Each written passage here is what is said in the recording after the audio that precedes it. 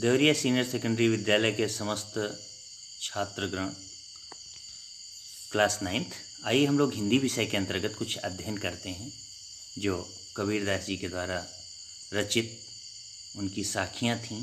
साखियाँ के बाद हमने अध्ययन किया पद का। पद में आखिरी पद और उस आखिरी पद का हम लोग अध्ययन करेंगे। हम लोग माता सरस्वती जी के चरणों में प्रणाम करते हुए आगे अपने विषय पर आते हैं और हम उम्मीद करते हैं कि माता सरस्वती जी के चरण कमल हम लोगों को अध्ययन करने के लिए आशीर्वाद प्रदान करेंगे।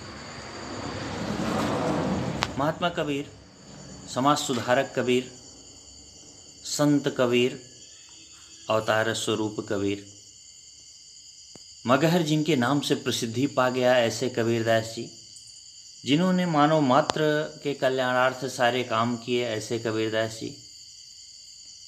जब उन कबीरदास जी को ब्रह्म ज्ञान की प्राप्ति हो गई, उस ब्रह्म ज्ञान की प्राप्ति के पश्चात का दिव्य ज्ञान प्रदान करना, ऐसा कार्य करने वाले कबीरदास जी।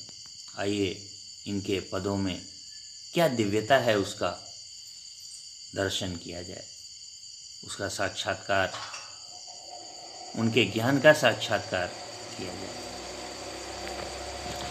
कबीरदास जी लिखते हैं, संतो भाई, हे संत जनों, संतो भाई, आई ज्ञान की आंधी रे। अब बताइए, असल में परम ज्ञान, दिव्य ज्ञान प्राप्त हो जाने के बाद में जिस तरह का बदलाव आ जाता है, उस बदलाव की तुलना इन्होंने आंधी से की। रूपक अलंकार का प्रायः आपको निदर्शन होगा, दिखाई पड़ेगा, स्पष्ट होगा कि रूपक अलंकार है यहाँ पे। संतो भाई, आई ज्ञान की आंधी रे, हे संत जनों, ब्रह्म ज्ञान प्राप्त होने के बाद में जो दिव्य ज्ञान प्राप्त हुआ, दिव्य ज्ञान से जो दिव्य आनंद प्राप्त हुआ और दिव्य स्वरूप मेरे स्वयं की आत्मा का बना, उसका प्रभाव ऐसा हुआ जैसे, कैसे? जैसे कोई आंधी आती है तो आंधी आने के बाद बहुत कुछ बदल जाता है। तो कहा भ्रम की टाटी सबे उड़ानी। जैसे आंधी के आने पे जो घास फूस के छप्पर होते हैं, छप्पर के घर बने हुए होते हैं, वो छप्पर सब उड़ जाते हैं, टूट जाते हैं, टूट टाट के बिखर के नष्ट भ्रष्ट हो जाते हैं। तो कह रहे हैं दिव्य ज्ञान की प्राप्ति के पश्चात ईश्वर के बारे में जो भ्रम था, जो दुविधा थी, जो शंका थी, जो सस्पेंस था, वो उसी तरह से नष्ट भ्रष्ट हो गया, टूट के बिखर गया जैसे आंधी आने के पश्चात टाटी यानी छप्पर, घास फूस का बना हुआ छप्पर इधर उधर बिखर जाता है। माया रहे न बांधी रे बांधी। तो जैसे आंधी आने के बाद जब टाटी यानी छप्पर नष्ट भ्रष्ट हो जाती है तो उसके बंधन भी खुल के बिखर जाते हैं, वैसे ही हम मनुष्य को जब दिव्य ज्ञान की प्राप्ति हो जाती है तो माया रूपी बंधन हमेशा हमेशा के लिए नष्ट हो जाता है, यानी टूट जाता है।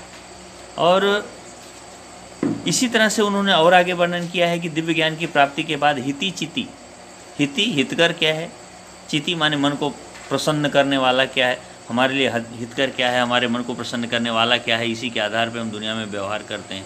स्वार्थ का ही व्यवहार है।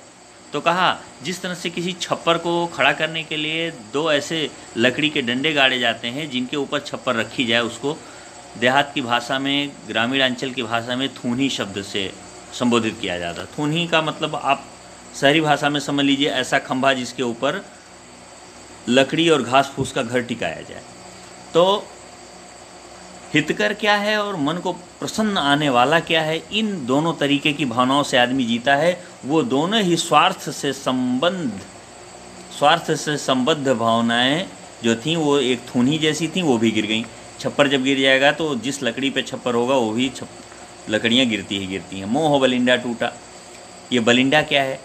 बलिंडा शब्द को अगर देहाती भाषा में कहा जाए तो उसको धरन कह सकते हैं। धरन शब्द का मतलब है जैसे किसी छत को लादने के लिए बीम होता है, वैसे ही किसी छप्पर को टिकाने के लिए बलिंडा यानी धरन, या ऐसी बड़ी लकड़ी जो एक दीवार से दूसरी दीवार तक रखी जाए जिसके ऊपर छत लादा जाए। तो घास फूस के घर में भी ऐसी घास फूस की चीज़ बांधी जाती है जो किसी लकड़ी के ऊपर टिकाई जाती है। तो मोह रूपी बलिंडा टूट गया। मोह माने माया मोह, ये अपना है, ये पराया है, अपनों के चक्कर में सब कुछ सही गलत कर डालना, ये सब मोह कहलाता है। तो मोह भी नष्ट भ्रष्ट हो गया। और क्या हितकर है, क्या चित्त को यानी हृदय को प्रसन्न कर देने वाला है। ऐसी जो थूनी माने ऐसी लकड़ी जिसके ऊपर छप्पर खड़ी होती है, वो लकड़ी मानो टूट गई। यानी न तो हितकर का ख्याल रहा, न तो चित्त को पसंद आने वाले का ख्याल रहा, न तो मोह रह गया, सब कुछ नष्ट भ्रष्ट हो गया। तृष्णा छान, तृष्णा माने भूख प्यास, किसी चीज़ की ज़रूरत से ज़्यादा उम्मीद करना, ये तृष्णा है। किसी चीज़ का कलेक्शन करना, इकट्ठा करने के चक्कर में आदमी सही गलत का ध्यान न दे, वो तृष्णा।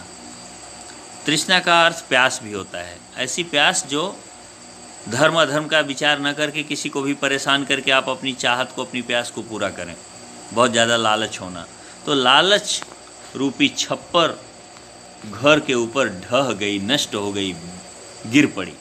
कुबुद्धि, बुरी बुद्धि, खराब बुद्धि।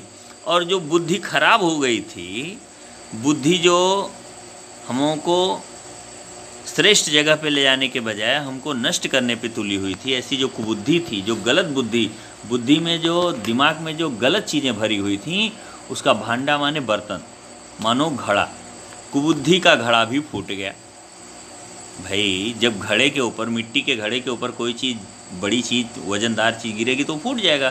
तो कह रहे हैं कुबुद्धि रूपी जो भांडा था, कुबुद्धि रूपी जो घड़ा था, वो भी फूट गया जब ऊपर से तृष्णा रूपी छप्पर गिर पड़ी।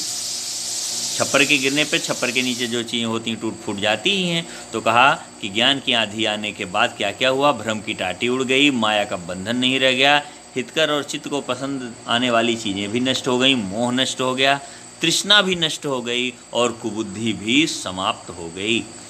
जोग जुगति कर संतो बांधी निर्चु चुएन पाड़ी।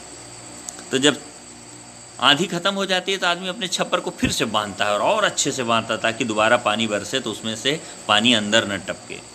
जोग माने योग, जोग शब्द तद्भव है, योग शब्द तत्सम है। तो कहा योग की जुगत माने युक्ति, युक्ति माने उपाय, योग का उपाय किया। हे संतों, हमने क्या किया कि जब ज्ञान की आंधी आई तो हमने योग, ईश्वर से जुड़ने का जो तरीका, वो योग कहलाता है। तो योग का उपाय करके हम लोगों ने दोबारा ऐसे बांध लिया अपने मन को, अपने इंद्रियों को, अपने विषय में लगी हुई इंद्रियों के स्वभाव को हम लोगों ने नियंत्रित कर लिया, निर्चु चुएन पानी। और ऐसी दोबारा छप्पर का निर्माण किया कि जिस छप्पर में से एक भी बूंद पानी नीचे न चू सके। अर्थात हम लोगों ने हमें जब ज्ञान प्राप्ति हुई तो ज्ञान प्राप्ति के पश्चात हमने इतने विधिवत अपने संस्कार और अपनी इंद्रियों को नियंत्रित किया कि हम में कोई भी शंका दुविधा न रह जाए, थोड़ा सा भी ऐसे स्वभाव न रह जाएं जिसके नाते ईश्वर प्राप्ति में बाधा आए। जैसे छप्पर को अच्छे से बांध लिया जाता है तो उसमें पानी नहीं छूता है, वैसे ही हम लोगों ने अपने मन को, अपनी इंद्रियों को ऐसे बस में कर लिया है ज्ञान प्राप्ति के बाद कि अब उसमें कोई कमी न रह जाए। कूड़ कपट, कूड़ माने कूड़ा, कूड़े जैसा कपट, छल कपट, छल कपट का कूड़ा, काया का, किसका कूड़ा, शरीर का, काया का, शरीर का जो कूड़ा था, खराब चीज़ें थी, गलत स्वभाव था, गलत विचारधाराएं थी, किसका, शरीर का, काया माने शरीर का, निकसा माने निकल गया, बाहर चला गया, आउट हो गया। तो शरीर का जो कूड़ा था, क्या था कूड़ा, कपट, छल कपट जो हमारे मन में भरा हुआ था वो सारा नष्ट हो गया, बाहर निकल गया। क्यों? क्योंकि हरि की गति जब जानी, जानी को कर लीजिए जानी, अड़ा को ना कर लीजिए, तब वो आएगा आपके हिंदी में, नहीं तो ये ब्रजी टाइप की भाषा हो गई है। तो जब हरि माने भगवान, जब भगवान का आना जाना हो गया शरीर में, यानी जब हम भगवान से संबंधित हो गए, ईश्वर हमसे मिलने वाले हो गए, ईश्वर की प्राप्ति हो गई, ईश्वर के ज्ञान की प्राप्ति हो गई, तो उनके प्राप्ति होने के बाद में शरीर का कूड़ा सब नष्ट हो गया, शरीर के अंदर का छल कपट सब अपने आप नष्ट हो गया। और क्या हुआ भाई? जब आंधी आती है तो पानी भी बरसता है। तो कहा जो ज्ञान की आंधी आई उससे ईश्वर प्राप्ति हुई, और ईश्वर प्राप्ति होने से आनंद की वर्षा हुई। जैसे आंधी के बाद पानी बरसता है, बूटा, बूटा माने इसको अगर तत्सम में लाएंगे तो हो जाएगा वर्षा। आंधी के बाद जो पानी वर्षा यानी दिव्य ज्ञान की प्राप्ति के बाद जो आनंद रूपी जल की प्राप्ति हुई, आनंद की प्राप्ति हुई, आनंद में हम डूब गए, आनंद से भर गए, उससे क्या हुआ? प्रेम हरिजन भीना। तो मारे प्रेम के हरिजन, ईश्वर का जन, हम जो ईश्वर को प्राप्त किए हुए लोग या संत हैं, वे भीग गए। अर्थात दिव्य ज्ञान की प्राप्ति के पश्चात जो हमें ईश्वर का आनंद मिला, उस आनंद में हम लोग डुबकी लगा रहे हैं, यानी अब परमानंद ही रह गया है, कोई दुविधा दिक्कत नहीं रह गई। कैसे नहीं रह गई? कबीरदास जी उदाहरण देते हैं। कहें कबीरदास जी कहते हैं, भान के प्रगटे, भान माने भानु, भानु माने सूरज, भान तद्भव भानु प्रशुद्ध स्वरूप।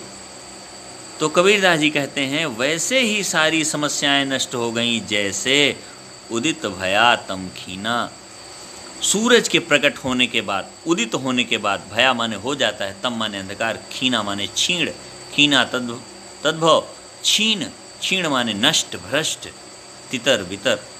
सूरज के उगने पे जैसे अंधकार नष्ट भ्रष्ट हो जाता है, वैसे ही दिव्य ज्ञान की प्राप्ति के बाद क्या क्या हुआ? भ्रम नष्ट हो गया, माया नहीं रह गई, हितकर क्या है, मन को पसंद आने वाला क्या है, ये सब छूट गया, मोह नष्ट हो गया, तृष्णा छूट गई, कुबुद्धि नष्ट हो गई, योग की उपाय हमको पता चल गई, सारी इंद्रियों पर नियंत्रण कर लिया, शरीर का जो कूड़ा था, छल कपट, वो नष्ट हो गया, ईश्वर की प्राप्ति हो गई। ईश्वर की प्राप्ति के बाद दिव्य आनंद प्राप्त हुआ, आनंद रूपी जल से हम लोग भीग गए, वैसे ही सारी चीज़ें नष्ट हो गई जैसे सूरज के प्रकट होने के बाद अंधकार कहीं भी रह नहीं जाता है। तो आज के कबीरदास जी के पद की व्याख्या यहीं तक। इसमें से प्रश्न करके आप लोग दिखाएंगे। किस चीज़ की आंधी आई? कौन से अलंकार का प्रयोग हुआ? किस चीज़ की टाटी उड़ गई? ये टाटी क्या है? बलिंडा क्या होता है? हिति चिति किसे कहते हैं? तृष्णा क्या है? कुबुद्धि का भांडा शब्द का क्या अर्थ है? जुगति शब्द का क्या अर्थ है? निर्चू चुए न पानी शब्द कह करके किस पर आरोप किया गया है? शरीर का कूड़ा क्या है? हरि के आने से, ईश्वर के मिलने से क्या फर्क पड़ा? आंधी के बाद जैसे जल बरसता है, वैसे ही ज्ञान की आंधी आने के बाद कौन सा जल बरसा और उसका परिणाम क्या हुआ? सूरज उगने पर क्या होता है? इन सारे प्रश्नों का उत्तर आप लोग लिख के और होमवर्क के रूप में भेजेंगे। बहुत बहुत धन्यवाद।